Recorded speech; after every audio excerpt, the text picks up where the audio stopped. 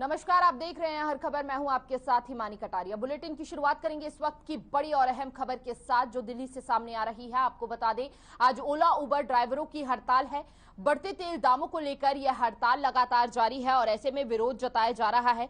2 दिवसीय हड़ताल पर रहेंगे ऑटो टैक्सी चालक। किराया बढ़ाने की कर रहे हैं मांग। हड़ताल से आमजन को हो रही है परेशानी। ऐसे में आमजन जो है, जिन्हें दफ्तरों की ओर रुख करना है और ऐसे में जो पब्लिक ट्रांसपोर्ट का सहारा ले रहे हैं, उनके लिए जो है दिक्कतें काफी होने वाली हैं आज के दिन और लगातार 2 दिन के लिए, क्योंकि 2 दिवसीय हड़ताल है जिस पर ऑटो टैक्सी चालक दोनों ही विरोध कर रहे हैं लगातार बढ़ते दामों को लेकर। उनकी मांग है कि तेल के दामों को कम किया जाए। जिस तरह से पेट्रोल डीजल के दाम लगातार बढ़ रहे हैं, उसे देखते हुए ये विरोध जताया जा रहा है। या फिर दूसरा जो ऑप्शन उन्होंने दिया है वह ये कहते हुए दिया है कि किराया बढ़ने की बात कह रहे हैं, जहां पर उनकी मांग है कि किराए को बढ़ा दिया जाए ताकि उनके लिए भी सुविधा हो सके।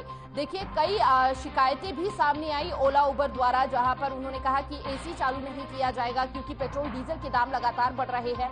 हालांकि ओला उबर की कंपनी की बात की जाए तो वहां से स्पष्ट रूप में कहा गया था कि कोई भी एक्स्ट्रा चार्जेस नहीं ले सकता, लेकिन जिस तरह की स्थिति बनी हुई थी तो कई ऐसी शिकायतें भी सामने आई और अब लगातार जो है वह विरोध करते हुए नजर आ रहे हैं। बढ़ते तेल के दामों को लेकर ओला उबर के ड्राइवर हड़ताल पर है। 2 दिवसीय हड़ताल पर ऑटो टैक्सी चालक भी रहेंगे। साथ ही साथ देखिए, बेहद परेशानी जो है वह आमजन को उठानी पड़ सकती है, चूंकि कई बार गंतव्य तक पहुंचने के लिए, कंपनी तक पहुंचने के लिए जो है टैक्सी ऑटो का सहारा लिया जाता है और ऐसे में 2 दिवसीय हड़ताल पर रहेंगे ऑटो टैक्सी चालक। तो कई तरह की परेशानी जो है आमजन को उठानी पड़ सकती है। इस वक्त की बड़ी और अहम जानकारी हम आपको दे रहे हैं। लगातार पेट्रोल डीजल और सीएनजी के दामों में भी बढ़ोतरी देखी जा रही है, जिसे देखते हुए ओला उबर ड्राइवरों ने यह हड़ताल की है और विरोध जताया है। उनका कहना है कि जिस हिसाब से महंगाई बढ़ती जा रही है, उस हिसाब से जो उनकी आमदनी है वह कम है। वहीं उन्होंने कहा कि किराए बढ़ाने पर फैसला लिया जाए, विचार किया जाए, किराए को बढ़ाया जाए। कम किराए में अगर जब भी हम किसी भी सवारी को गंतव्य तक पहुंचाते हैं तो ऐसे में पेट्रोल डीजल की खपत जो है वह बेहद ज्यादा होती है।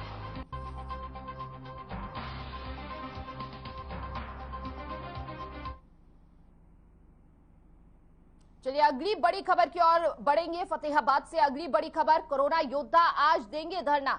कर्मचारियों को हटाए जाने से काफी नाराज है कोरोना योद्धा। कोरोना काल में अनुबंध पर लगाए गए थे कर्मचारी, नौकरी बहाली की मांग कर रहे हैं कर्मचारी। देखिए, कर्मचारियों की लगातार यही मांग है कि कोरोना काल में जब हमसे कार्य करवाया गया और उसके बाद जैसे जैसे कोरोना की स्थिति जो है वह सामान्य होती गई, उन्हें काम से हटा दिया गया। अब प्रशासन और सरकार के खिलाफ लगातार विरोध जता रहे हैं, धरना प्रदर्शन कर रहे हैं और साथ ही आपको बता दें कि कर्मचारियों को हटाए जाने से काफी नाराजगी है उनमें। लगातार सरकार से मांग कर रही है। कोरोना काल में अनुबंध पर लगाए गए थे कर्मचारी, नौकरी बहाली की मांग कर रहे हैं। अब उनका कहना है कि हमें जो है नौकरी दी जाए और साथ ही साथ जिन लोगों को हटाया गया है एक बार फिर से उन्हें नौकरी पर बहाल किया जाए। तो इस वक्त की बड़ी और अहम जानकारी फतेहाबाद से, कोरोना योद्धा आज धरना देंगे। कर्मचारियों को हटाए जाने से काफी नाराजगी देखी जा रही है कोरोना योद्धाओं में, यानी कर्मचारियों में। कोरोना काल में अनुबंध पर लगाए गए थे कर्मचारी। देखिए, उनका यही कहना है कि अस्पतालों में अपनी जान को जोखिम में डालकर उन्होंने कार्य किया। साथ ही साथ अगर सफाई व्यवस्था की बात की जाए तो वहां पर कर्मचारी जो थे वह पूरी लगन के साथ कार्य करते हुए नजर आए और अब जब स्थिति सामान्य होने लगी तो प्रशासन द्वारा उन्हें नौकरी से हटा दिया गया। तो इसको लेकर काफी नाराजगी है कर्मचारियों में। कोरोना काल में अनुबंध पर लगाए गए थे ये सभी कर्मचारी, नौकरी बहाली की अब मांग कर रहे हैं प्रशासन और सरकार से। नौकरी से हटाने को लेकर काफी नाराजगी है कर्मचारियों में। उनका कहना है कि जिस तरह से जब स्थिति गंभीर थी उस समय हमने पूरी लगन के साथ कार्य किया और सरकार का यह निर्णय ठीक नहीं है। चलिए खबरों में आगे बढ़ेंगे। बीजेपी प्रदेश अध्यक्ष ओपी धनखड़ ने जींद जिला पार्टी कार्यालय में बूथ स्तर के कार्यकर्ताओं के साथ मुलाकात की। बैठक में बीजेपी जिला अध्यक्ष राजू और साथ ही साथ आपको बता दें कि यह मुलाकात बेहद खास रही है। आपको बता दें कि राजू मोर, जींद से विधायक डॉक्टर कृष्ण मिड्डा भी मौजूद रहे। इस बैठक में धनखड़ ने कार्यकर्ताओं को संगठन को मजबूत करने के साथ साथ नगर निकाय चुनावों की तैयारियों को लेकर भी दिशा निर्देश दिए गए। बैठक के बाद ओपी धनखड़ ने निगम चुनावों पर कहा कि मई में चुनाव हो सकते हैं और चुनाव के लिए बीजेपी पूरी तरह से तैयार है। धनखड़ ने निगम चुनावों में बीजेपी की जीत का दावा किया है।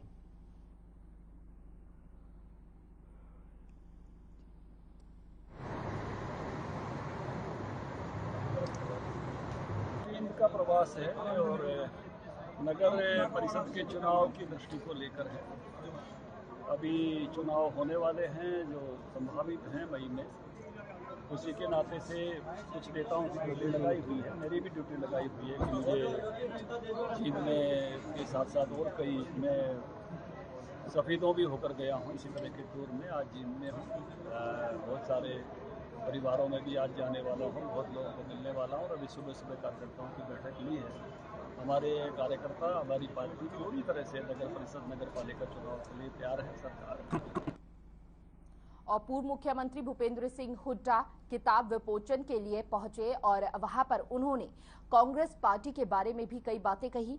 साथ ही साथ आपको बता दें कि पूर्व मुख्यमंत्री भूपेंद्र सिंह हुड्डा झज्जर में एक पुस्तक विमोचन कार्यक्रम में भाग लेने पहुंचे थे, जिसके बाद उन्होंने पूर्व शिक्षा मंत्री गीता भुक्कल के निवास स्थान पर पत्रकारों से रूबरू होते हुए कहा कि प्रजातंत्र में हार जीत लगी रहती है। वहीं प्रदेश कांग्रेस संगठन पर भी बयान दिया। साथ ही प्रदेश सरकार और अशोक तंवर के सेटिंग.com वाले बयान पर जमकर निशाना साधा। क्या कुछ कहा पूर्व मुख्यमंत्री भूपेंद्र सिंह हुड्डा ने, आइए आपको सुनाते हैं। महत्वपूर्ण ऐसा है, ये लगातार जारी किसी भी संगठन के लिए अच्छी बात नहीं है। इसके लिए कौन जिम्मेवार है, क्यों नहीं संगठन बना? आप तो लगातार हाईकमान से बैठक भी हुई है। मैं तो कहता रहा हूँ संगठन बनाओ। मैं जब पार्टी का प्रधान था तो ब्लॉक से लेकर जिले तक पूरा संगठन पूरी तरह तैयार था। ये कार्यकर्ता भी हताश है सर और मेरे टाइम के हैं ये ब्लॉक के प्रधान जो अब सब एक्सलेंस कोई पावर दुआ दो जी, कोई पावर दुआ दो। बेचारों का एक्स लग गया, सब एक्स लग गया। अब तो पार्टी का चुनाव होना ऐसा है।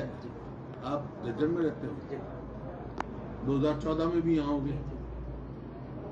2014 से पहले यहाँ थर्मल प्लांट लगे, रेलवे लाइन आई, एम्स आया और इंस्टीट्यूट आए।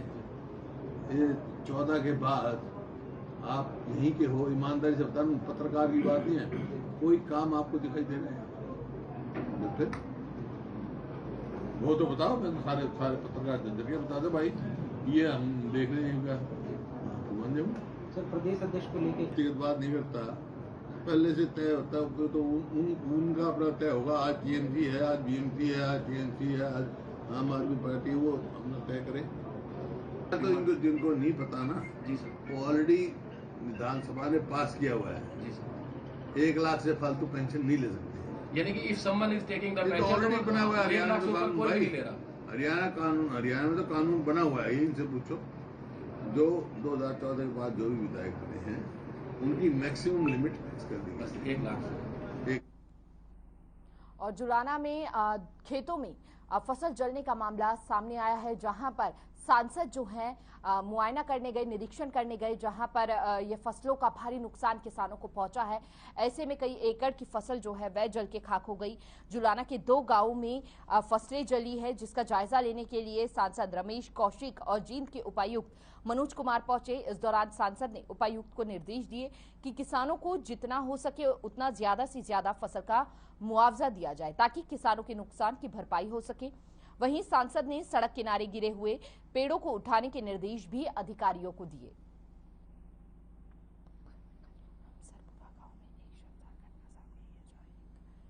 ये ठा लेंगे, फिर चोरी का मुकदमा करा।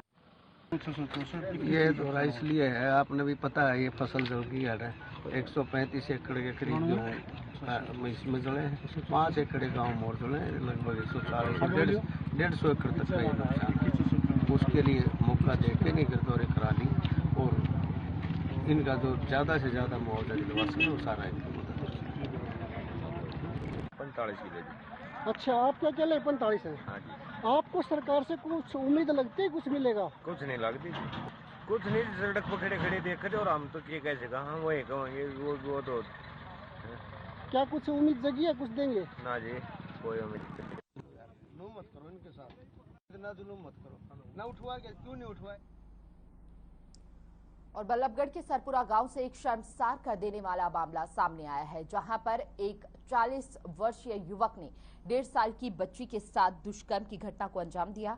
पुलिस की ओर से मिली जानकारी के अनुसार 40 साल का व्यक्ति और पीड़ित बच्ची का परिवार शाहपुरा गांव का ही एक मकान में किराए पर रहते हैं, जहां आरोपी ने बच्ची को अकेला देखकर उसके साथ दुष्कर्म किया और मौके से फरार हो गया।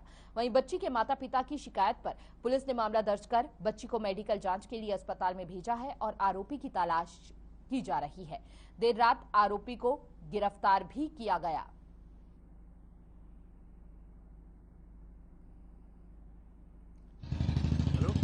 कल हमें रुका मिला था हॉस्पिटल से कि वे एक छोटी बच्ची के साथ सेक्सुअल असोल्ट के केस में पीड़ित होकर वो जीएच बल्लभगढ़ में है।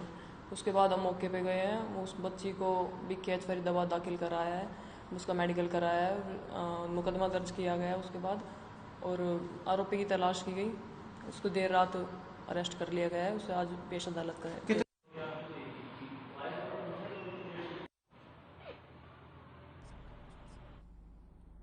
फरीदाबाद के सेक्टर 85 में कुमार झुग्गी झोपड़ी बनाकर अपना कार्य कर रहे थे, अपना जीवन यापन कर रहे थे, लेकिन इसी बीच उनका आशियाना उनसे छिन गया।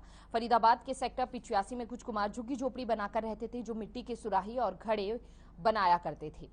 बताया जा रहा है कि यह जमीन हुड्डा की है, जो इस 42 डिग्री तपती गर्मी में इनका आशियाना उजाड़ दिया गया, जिसके बाद कुम्हार वहां लहलहाती धूप में अपना सामान समेटते हुए नजर आए। वहीं पीड़ित लोगों का कहना है कि उन्होंने विधायक राजेश नागर से गुहार लगाई, लेकिन उन्होंने कहा कि हम आपकी मदद नहीं कर सकते।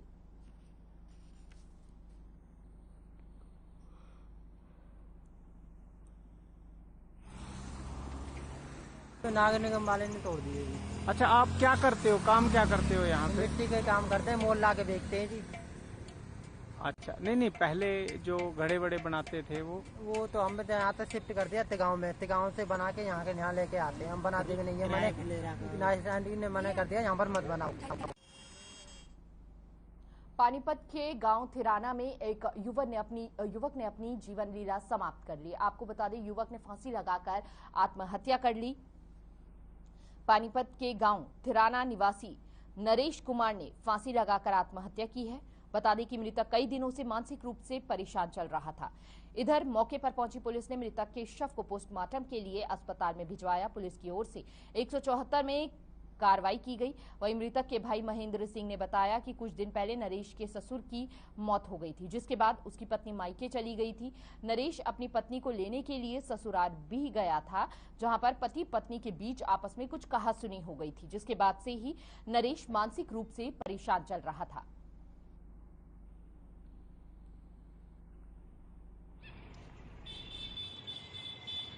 महेंद्र सिंह, एक्स सरपंच गांव थिराना से। क्या बात हुई सर? बात ये हुई कि ये लड़का पहले इसके ससुर जी गुजर गए थे और ये फिर वहाँ गए थे संस्कार पे। उसके बाद इसका और इसकी पत्नी की कोई बातचीत हुई होगी, भाई मैं कुछ दिन बाद आऊँगी और आप जाओ। तो ये कह रहा था भाई मैं साथ में लेके जाऊँगा। उसी वजह से फिर ये कुछ तनाव से में हो गया। फिर ये 2-4 दिन रुका वहाँ, उसके बाद वापस घर आ गया। घर आने के बाद फिर फ़ोन पे भी इनकी बातचीत हुई होगी। ये नरेश कुमार है, सुनोब जय सिंह, गांव थिराना का है, टाउनशिप के पास राधा स्वामी कॉलोनी वहाँ रहता है। ये कुछ दिनों से है ना परेशान सा चल रहा था। परेशानी की वजह से इसने अपना फांसी लगाने से इसकी मौत हो गई है। क्या कार्रवाई करी? 174 कार्रवाई कर दी है। आगे जो भी कार्रवाई होगी हम मैं भाई हूँ। और पलवल में CIA टीम को बड़ी कामयाबी लगी है। आपको बता दें कि अंग्रेजी शराब की पेटियां CIA टीम ने बरामद की है। जहां पर तस्करी करते हुए शराब को लेकर जाया जा रहा था। पलवल में CIA टीम को बड़ी कामयाबी मिली है, जहां कैंटर में घरेलू सामान के नीचे अंग्रेजी शराब की पेटियां छिपाकर ले जा रहे आरोपियों को CIA टीम ने गिरफ्तार किया है।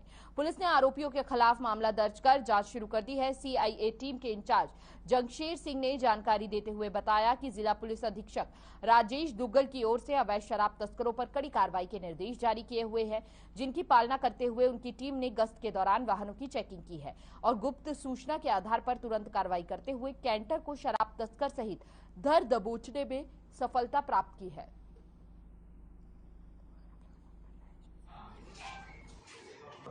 व्यक्ति वाहिद है, वाहिद सनत कुर्सी, ये चोखा थाना किलमरू का रहने वाला है सर, और ये कैंटर में शराब लेके जा रहा था सर। कहाँ लेके जा रहा सर? बिहार में सर। तो सर कितनी शराब थी? इसमें सर 50 पेटी में इंपीरियल ब्लू की थी सर, और 8 पेटी सिग्नेचर की, टोटल 696 बोतल शराब की थी। तो सर किस चीज में दबका के ले जा रहा था? सर ये घरेलू सामान था और कुछ ये साइन बोर्ड थे सर इसके अंदर सर जी, तो साइन बोर्ड थे उनमें छुपा के लेके जा रहा था। आ जाएगी, वो भी आ जाएगी। और पलवल में लगातार अपराध का ग्राफ बढ़ता जा रहा है। ऐसे में यह बड़ा चिंता का विषय बना हुआ है। पुलिस प्रशासन लगातार सतर्क नजर आ रही है। अपराधों का ग्राफ लगातार बढ़ रहा है, जो जिले में चिंता का विषय भी बना हुआ है। अपराधों के बढ़ते मामले में होडल की अपराध जांच शाखा पुलिस ने कार्रवाई की। जिले में गश्त के दौरान अलग अलग जगहों से 2 लोगों को अवैध हथियारों के साथ गिरफ्तार किया है। बता दें कि पकड़े गए इन आरोपियों पर पहले से कई आपराधिक मामले दर्ज हैं। पुलिस ने आरोपियों पर मामला दर्ज कर रिमांड पर लिया, ताकि आरोपियों से और भी वारदातों का खुलासा हो सके।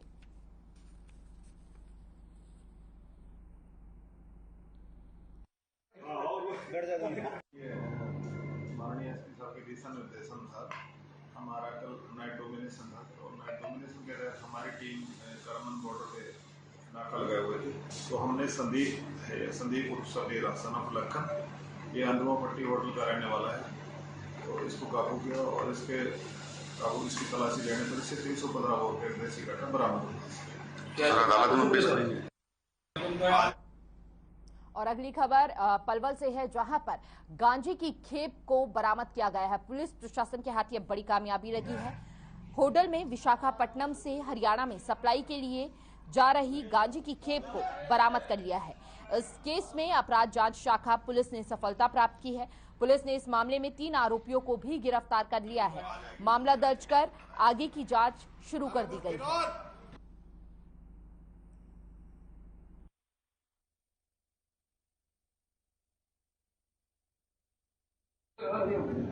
कोई बात ना, जब भी रख लेंगे। सीक्रेट इन्फॉर्मेशन थी कि ऐसे बात था, 2-3 व्यक्ति हैं, 3 व्यक्ति, वो एक गाड़ी है होंडा सिटी, उसमें विशाखापट्टनम से गांजा लेके आ रहे हैं। तो माननीय एसपी साहब के दिशा निर्देशानुसार तो हमने जो अपने मुलाजिम थे उनके साथ उनको 3 व्यक्तियों को काबू किया है। ये सूर्या होटल पड़ता है कर्मचारी के पास, वहाँ से कल काबू किया है, और काबू करने के बाद ड्यूटी मजिस्ट्रेट को मौके पर बुला के तलाशी ली, और इनके कब्जे से 87 किलो 800 ग्राम जो गांजा है वो रिकवर। सर कहाँ से कहाँ ले जाया जा रहा था ये लोग विशाखापट्टनम से लेके आए थे, यहीं सर जो पलवल और जो इसका इलाका है उनका बात है। आपने किन धाराओं के तहत मामला? NDPS की धारा 685 के तहत हमने मुकदमा दर्ज किया है सर। और साइबर सिटी गुरुग्राम में बदमाशों के हौसले इस कदर बुलंद है कि एक बेखौफ बदमाश ने एक पुलिसकर्मी को गोली मार दी। मामला शहर के पॉश गलेरिया मार्केट के पास का है, जहां चेन स्नैचर्स को काबू करने के लिए पुलिस ने नाका लगाया हुआ था। इस दौरान बाइक पर सवार 2 संदिग्ध युवकों को रोकने की कोशिश की तो बाइक सवार हथियारबंद बदमाशों ने पिस्तौल निकालकर पुलिस के सिपाही पर फायर कर दी। उसके बाद दोनों बदमाश मौके पर बाइक छोड़ फरार होने में कामयाब हो गए। वहीं पुलिस ने मामले को गंभीरता से लेते हुए शहर भर में पुलिस नाकों पर व्यवस्था को चाक चौबंद कर दिया, जिससे बदमाश फरार न हो पाए। साथ ही घायल पुलिसकर्मी को नजदीकी अस्पताल में भर्ती कराया गया। वहीं इस वारदात के हैरानी की बात यह रही कि यहां से डीसीपी ईस्ट का ऑफिस वॉकिंग डिस्टेंस पर मौजूद है। बावजूद इसके बदमाश कानून से बेखौफ नजर आ रहे हैं।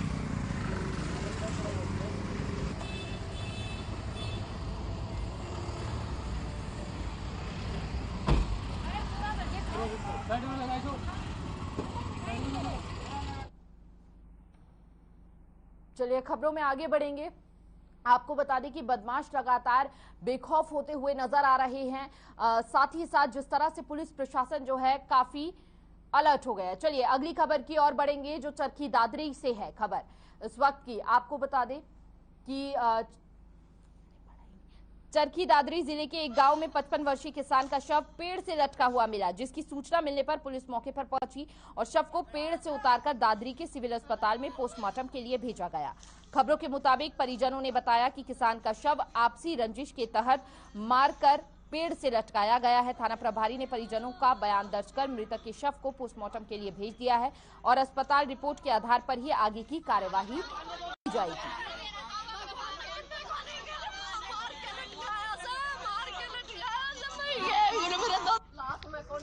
लगभग उम्र है 55 वर्ष। ये पेड़ का लटका हुआ मिला, फांसी खा रहा। जो हमें सूचना मिली, मौके पर पहुंचे, इसके लड़के ने एप्लीकेशन दी है। और मेरा पिताजी शराबी किस्म का आदमी था, पीने की शराब पीने का आदमी था। वो कई दिन से मानसिक रूप से परेशान था।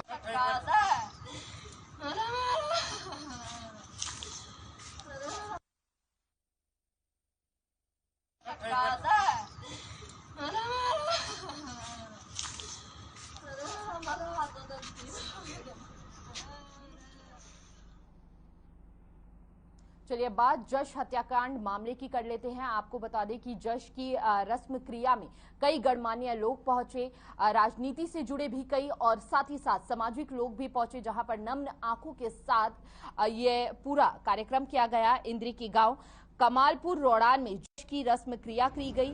इसमें सामाजिक, धार्मिक, राजनीतिक लोगों ने हिस्सा लिया। इनेलो सुप्रीमो ओम प्रकाश चौटाला, कांग्रेस प्रदेश अध्यक्ष कुमारी शैलजा, पुंडरी विधायक रणधीर गौलन, घरौड़ा विधायक हरविंद्र कल्याण और बीजेपी प्रदेश उपाध्यक्ष वेदपाल समेत कई पक्ष विपक्ष के नेता भी रस्म क्रिया में पहुंचकर श्रद्धांजलि अर्पित की। वहीं इस दौरान परिवार ने पुलिस की जांच और कार्रवाई से असंतुष्टि बताई है और साथ ही सीबीआई से इस मामले की जांच करवाने की बात कही है।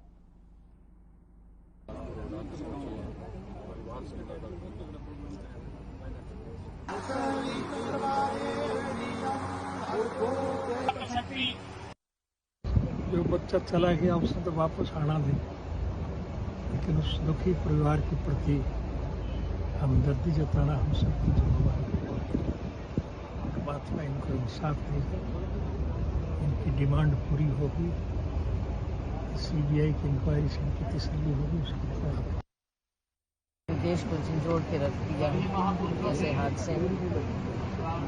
इसका कोई राजनीतिकरण नहीं होना चाहिए और जो भी परिवार चाहता है न्याय के लिए, सरकार को उनकी बात माननी चाहिए।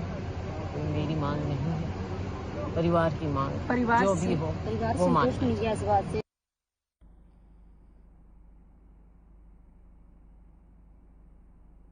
और जवान निशान सिंह जम्मू कश्मीर में शहीद हो गए, जहां पर उनका शव पैतृक गांव पहुंचाया गया।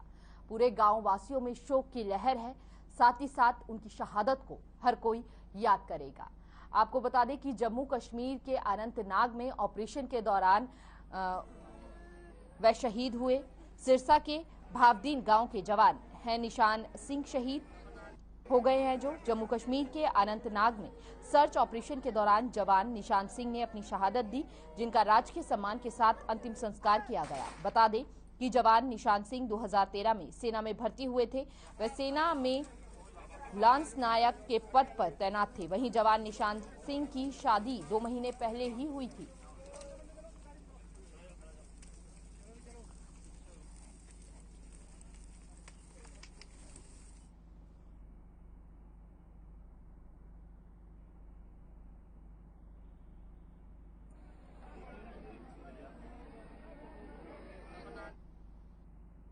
फिलहाल इस बुलेटिन में इतना ही। तमाम बड़ी खबरों के लिए देखते रहिए हर खबर। नमस्कार।